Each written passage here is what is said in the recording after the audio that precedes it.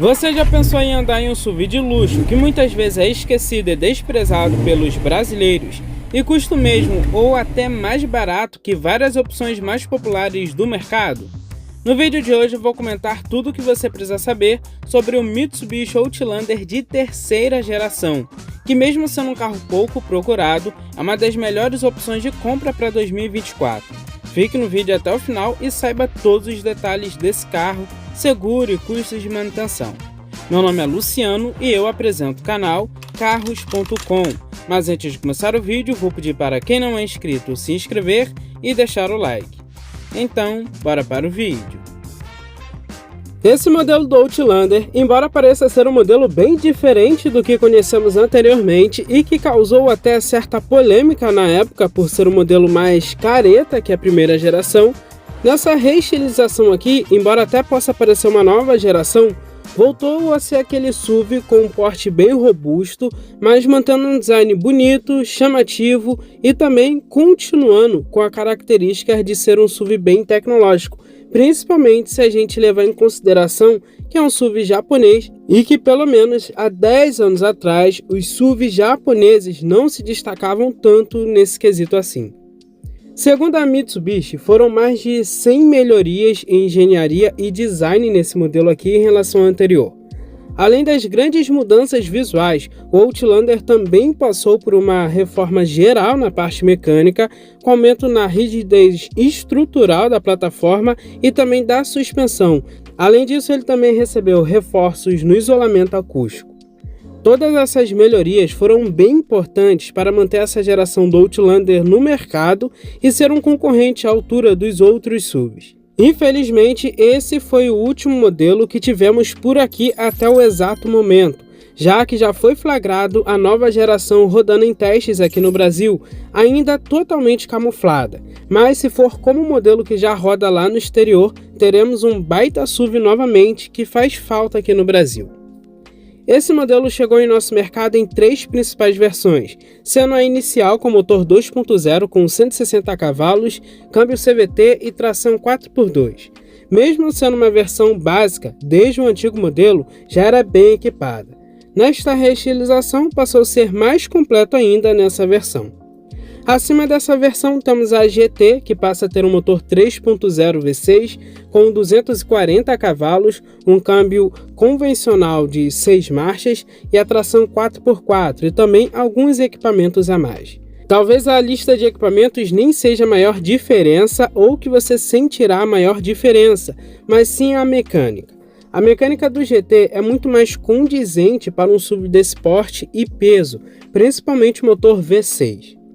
Acima dessa versão seria a Full Technologic Pack, mas na verdade não é uma versão separada, é um pacote de tecnologias que acrescenta alguns itens bem legais, não só de tecnologias, mas também de conforto. Faróis em LED com lavador e regulagem automática de altura, maçanetas cromadas, bancos traseiros reclináveis, sensores de estacionamento, tampa do porta-malas com abertura e fechamento elétrico, piloto automático adaptativo, câmera de ré, frenagem automática para colisões dianteiras até 30 km por hora e também o aviso de mudança não intencional de faixa. E por último, temos uma versão com motor 2.2 turbo diesel com 160 cavalos, um câmbio automático convencional de 6 marchas, tração 4x4 e os mesmos opcionais da versão anterior, já com o pacote Full Technologic Pack de série. Atualmente aqui no Brasil já não faz muito sentido comprar carros a diesel, e fora que estão tendo uma baixíssima procura desde um SW4, por exemplo, a um Renegade. Então, a minha dica é sempre ficar entre as versões 2.0 e 3.0 V6 a gasolina, que são muito mais negócio. E neste vídeo eu vou comentar justamente sobre essas duas versões. Na dianteira do Outlander, temos uma dianteira totalmente reformulada e diferente do que encontramos no modelo anterior. Por aqui é de fato mais bonita, possui aquele elemento cromado em formato de C que hoje conhecemos no Eclipse, por exemplo, e é chamado de Dynamic Shield. Poderia-se dizer que foi a primeira geração desse elemento visual. Os faróis, que por sua vez agora são interligados por duas barras cromadas, estão muito mais afilados, com um design mais jovial e menos careta. Ele já possui uma barra de LED para iluminação diurna e na versão GT, além dos projetores passarem a ter regulagem automática de altura, também contam com iluminação em LED junto com os lavadores, mas isso vinha como opcional a um pacote à parte. O interessante é que ambas as versões possuem os faróis de neblina. As laterais do Outlander são bem simples e sem muitos vincos, o que ajudou de certa forma a manter esse design mais atual nos dias de hoje. Ele é equipado com rack de teto, mas que é meramente estético, não serve para nada, não é funcional. E um detalhe legal é a barra cromada na parte inferior das portas. Ele também já é equipado com os retrovisores que contam com luz de indicação e são rebatíveis eletricamente, independente da versão. Para ambas as versões também, temos belíssimas rodas aro 18 com acabamento diamantado. O perfil do pneu é 225/55. Na traseira, ainda vemos muitos elementos do modelo anterior, só que muito mais bonito e atual, foram todos bem reformulados. O que chama atenção são as belíssimas lanternas com iluminação em LED. Outros destaques que também chamam atenção são a régua cromada da tampa do porta-malas, que interliga as lanternas, e o acabamento em cinza acetinado na parte inferior do para-choque. Normalmente, quem busca um SUV deseja ter uma maior altura em relação ao solo, para até mesmo ter uma maior praticidade para rodar no dia a dia. O Outlander acaba se destacando nesse quesito, pois ele tem uma altura em relação ao solo de 208 mm ou 20,8 cm. Já o ângulo de entrada e saída é de 21,5 graus. Isso significa que ao passar por quebra-molas ou entradas e saídas de garagem, você tem uma maior facilidade. Partindo para o interior, temos um carro bastante simples no quesito design. De certa forma, parece até um pouco datado, mas isso não significa que seja ruim, muito pelo contrário. É um carro muito bem construído, embora não ofereça o mesmo nível de elaboração encontrado em alguns outros carros do mesmo segmento e da mesma época. E basicamente é o mesmo design que encontramos no modelo anterior. Por aqui não houveram muitas mudanças. Aliás, a Mitsubishi parece que não se atenta 100% nesse quesito de interior.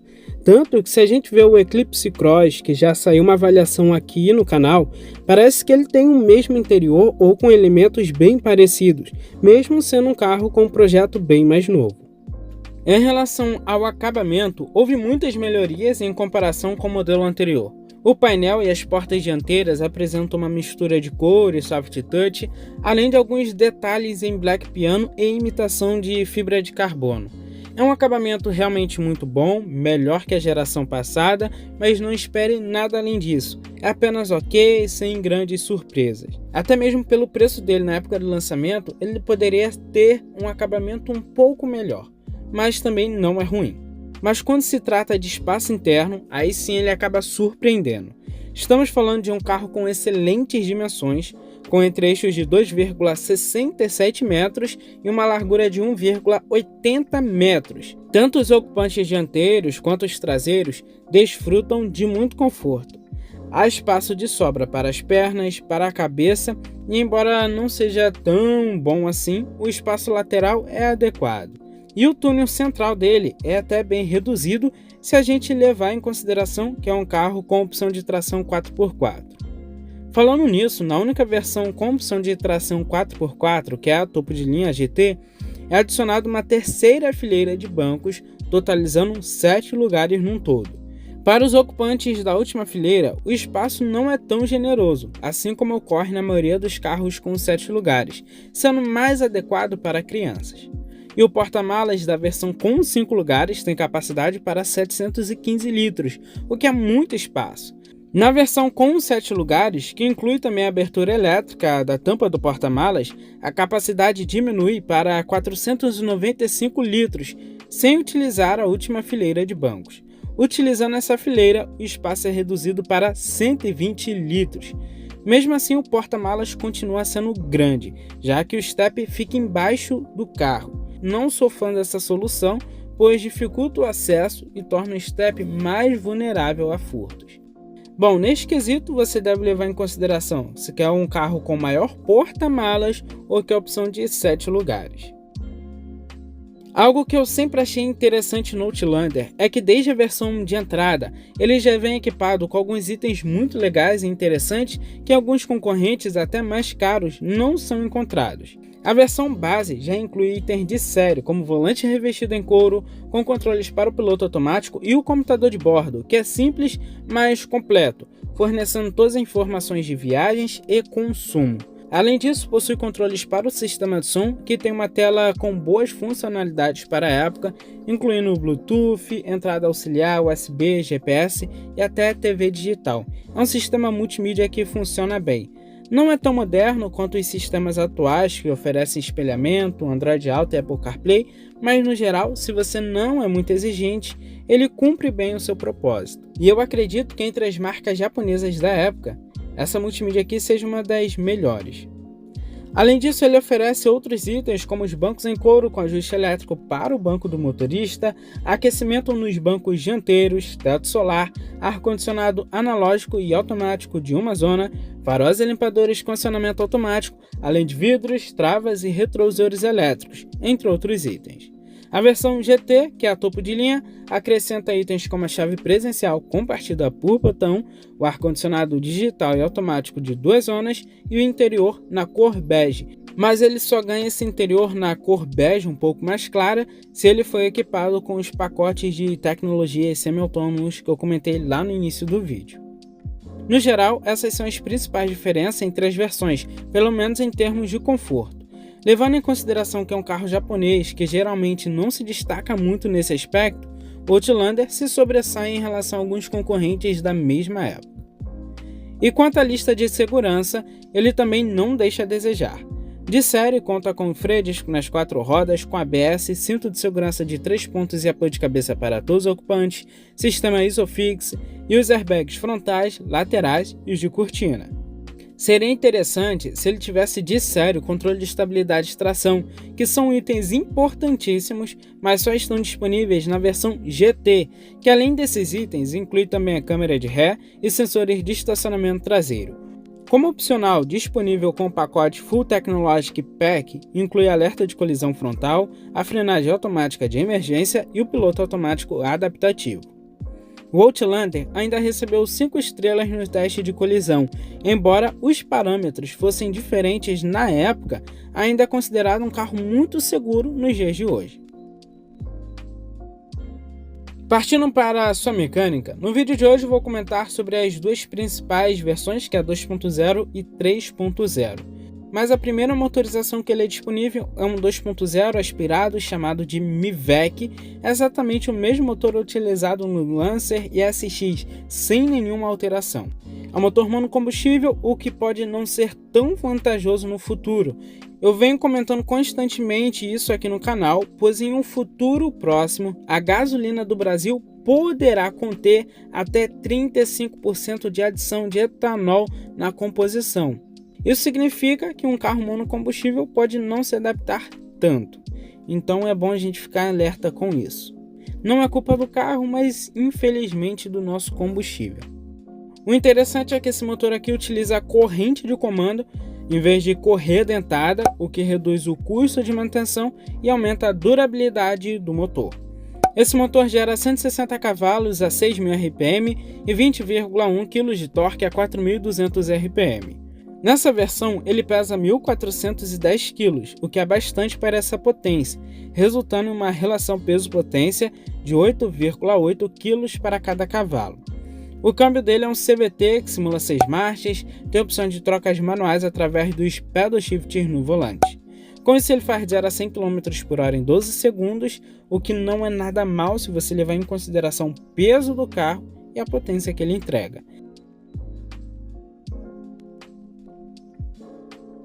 E o interessante dessa versão aqui é que ele só possui a opção de tração 4x2. Ainda bem, porque se ele fosse equipado com tração 4x4, isso afetaria bastante o desempenho, que também não é grandes coisas. O desempenho dele é apenas satisfatório. Apesar de não ter a proposta de ser um esportivo, ele deixa a desejar sim em algumas situações. Para quem não exige muito, talvez não seja um grande problema, especialmente para o uso diário, em que o carro se comporta de forma razoável. Quanto ao consumo, espere uma média de 9,3 km por litro na cidade e 10,1 km por litro na rodovia. Esse é o consumo oficial divulgado. Então, dentro da cidade, espere um consumo um pouco pior que esse. A segunda opção de motorização é o motor 3.0, também da família Mivec, mas agora conta com 6 cilindros em V, gerando 240 cavalos a 6.250 RPM e 31 kg de torque a 3.750 RPM. Ele abandona o câmbio CVT e passa a utilizar um convencional de 6 marchas com opções de trocas manuais através dos pedal shifters no volante. A relação peso-potência dele diminui para 6,5 kg por cavalo, e o 0 a 100 dele é feito em 10 segundos e atinge uma velocidade máxima de 215 km por hora. O consumo é mais alto que do 2.0, porém o desempenho é muito melhor. Na cidade ele faz uma média de 6,9 km por litro e na rodovia 8,4 km por litro. Considerando todos esses aspectos, no geral, a versão GT, pelo menos para mim, acaba chamando muito mais atenção. Apesar do Outlander ser um carro japonês e também muito tradicional e confiável, isso não significa que ele seja isento de problemas ou detalhes aos quais você deve prestar atenção. Agora eu vou comentar um pouco sobre esses detalhes. Existem 2 recalques para o Outlander, ambos relacionados ao motor 3.0 V6. Durante as inspeções da Mitsubishi, foi identificado o risco de vazamento do fluido do câmbio automático, o que pode causar em uma parada involuntária do carro, diz a Mitsubishi. Isso porque o câmbio deve dar pau, já que ele não tem mais a lubrificação, então fique atento a esse recalque. Além disso, também foi verificado um vazamento de óleo da direção hidráulica. Ambos os itens requerem recal. Na época, menos de 1.500 unidades foram afetadas. E eu vou deixar aí passando na tela quais foram as unidades de acordo com o chassi. Então, se você está pensando em comprar um Outlander dessa geração ou tem, verifique se bate com o seu chassi ou não e depois verifique no site para ver se o seu carro já foi feito o recal, pois o recal é algo muito importante. Alguns proprietários enfrentaram também problemas elétricos, como falhas no sistema de ignição, falhas nos controles dos vidros elétricos e problemas com os sensores de estacionamento. Então fique um alerta aí. Algumas reclamações também foram feitas sobre o desgaste prematuro das pastilhas e discos do freio. E eu lembro que isso também é bastante criticado na antiga geração. Alguns proprietários também enfrentaram vazamentos de óleo do motor, que podem ser causados por vários fatores, como juntas e selos danificados. Até por ser um carro que já vai para os seus 10 anos de uso, é bom você ficar atento, fazer uma boa pré-compra, ver tudo corretamente, se está tudo dentro dos conformes, para evitar dores de cabeça e custos mais altos de manutenção. A suspensão desse carro também é bastante afetada. Por isso, no geral, fique atento a detalhes como amortecedores, batentes, buchas, belhetas, pois eles também podem ter algum desgaste mais prematuro. O custo de manutenção do Outlander não é fora da realidade, aliás, está entre os mais baratos da categoria. Por exemplo, os 4 amortecedores custam em média R$ 2.500, enquanto as 6 velas para o motor 3.0 custam R$ 480 e para o motor 2.0 R$ 254. Um jogo de pastilhas do freio dianteiro e traseiro sai por R$ 500. Os faróis custam em média entre R$ 4 e R$ 6.000. Lanterna, R$ 1.400. As peças de acabamento são mais difíceis de encontrar, enquanto as peças de mecânica são relativamente mais fáceis e baratas, já que é uma mecânica bastante conhecida e popular, já vem lá desde os anos 2000. Em resumo, esses são os detalhes aos quais você deve ficar atento no Outlander. É um carro muito confiável e, se você manter as revisões básicas em dia, dificilmente terá despesas muito altas. Falando sobre seguro, na cotação mais barata eu encontrei por R$ 3.383 o seguro com cobertura total. Já na cotação mais cara saiu por R$ 3.388. Vale lembrar que essa é uma média e que o preço pode variar muito para cada pessoa, dependendo da idade, local de residência, histórico de uso de seguro e outros fatores. O Mitsubishi Outlander tem preço médio que varia entre R$ 80 e R$ 90 mil, podendo no máximo chegar aos R$95 mil. É um preço de um SUV compacto atualmente, e eu digo usado também, pois 0 km dificilmente você encontrará algo nessa faixa de preço. Enquanto a versão GT 3.0, o preço médio varia entre R$120 e R$150 mil. Mesmo com apenas uma versão, a diferença de preço dele entre várias unidades anunciadas é bem alta, podendo haver uma grande variação devido ao opcional do pacote Full Technologic Pack. Considerando que é um SUV médio grande, o preço atualmente cobrado é bastante atrativo. Mas será que vale a pena comprar um SUV que muitas vezes é rejeitado e ignorado? Atualmente, o Outlander é uma das melhores opções para quem busca um SUV robusto, muito confiável e não tão caro quanto os concorrentes, além de oferecer uma boa lista de equipamentos, considerando a época de seu lançamento. É um SUV que dificilmente decepciona. Novamente, é aquela escolha segura e muito confiável. Se compararmos com o Renegade 1.8, que nem é da mesma categoria, mas está na mesma faixa de preço, o Outlander vale muito mais a pena. E uma dúvida comum é sobre qual a melhor opção, 2.0 ou 3.0. Ambas são excelentes opções. O 2.0 é mais adequado para o uso urbano e para quem procura um carro com um consumo um pouco melhor e custos de manutenção mais baixos. Já o 3.0, se você não se importa com um consumo um pouco maior e custos de manutenção um pouco mais altos, vale mais a pena. É um carro que em viagens em uma rodovia proporciona ultrapassagens com mais segurança. E além disso, a versão GT, que possui motor 3.0, é a única que tem opção de 7 lugares e também com aquele pacote de opcionais de tecnologias, o que pode ser um atrativo para muitos. E também seria a minha escolha essa versão com motor 3.0. Mas em resumo, cada versão tem a sua proposta e independente da escolha, você estará muito bem servido. É um carro que não decepciona. Bom, este foi o vídeo de hoje. Deixe nos comentários se você levaria o Outlander para casa ou levaria outro concorrente. E nem dá para falar outro concorrente na mesma faixa de preço, pois se você pesquisar um concorrente no mesmo ano, eles custam bem mais. Então o Outlander acaba tendo um custo-benefício melhor. Forte abraço, valeu e fui!